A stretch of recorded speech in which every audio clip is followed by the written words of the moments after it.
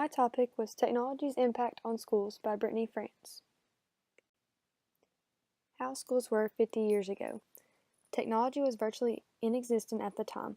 Paper and pencil were always used by the students in the classroom. Students nor teachers had technology in the classroom, whether it was personal or school provided. Teachers taught through an old-fashioned learning style.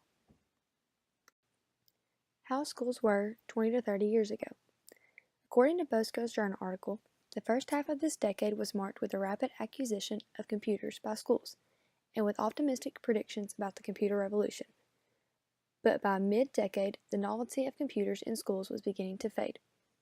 He also states, referring to computers in 1986, a teacher is quoted by saying, "The fad is over. Now we can go back to real teaching." The timeline below shows how computers fluctuated through the 80s. In 80 to 81, computers were beginning to become popular in schools. There were 30,000 in schools. Then, in 85, there was a drastic increase to 1 million computers in schools. At the end of the decade, the number of computers took a drop in numbers. How schools were 20 to 30 years ago. According to Newman's article, he states, the Office of Technology Assessment in 1988 reports, however, that even with the schools' apparently massive technology derives from the current state of the microcomputers, there is still an average of student-computer ratio of only 30 to 1. This shows how schools are beginning to increase technology. However, there were still improvements to be made.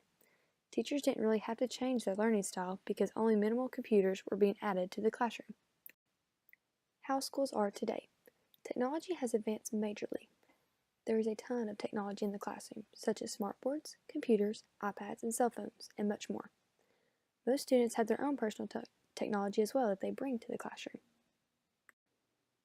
Positive impacts technology has made.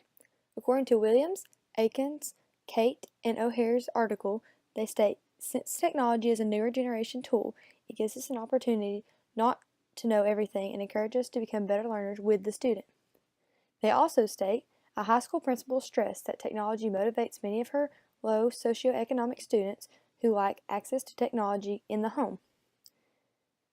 Along with that, they state, it increases students being there and lowers behavior problems.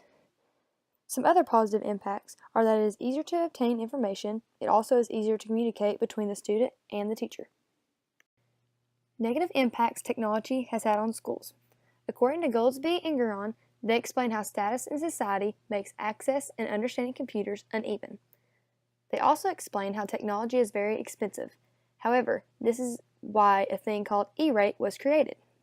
This provided economic help for schools to buy new technology, and this proved to be successful. Technology can also cause a cheating problem. However, this problem exists without technology, so it is not really a loss. What is this leading to in society? This will allow teachers to teach in different ways. They will be able to have a less traditional classroom and use their new technology to their advantage. This will also increase the information the students can obtain. The computer connects them with the internet, which has more information combined than any book would. This will also lead to more online courses in classrooms because now they have the technology to do so. Technology in schools prepares students for our always advancing society. This is my works cited page, and all of my images came from Bing Images.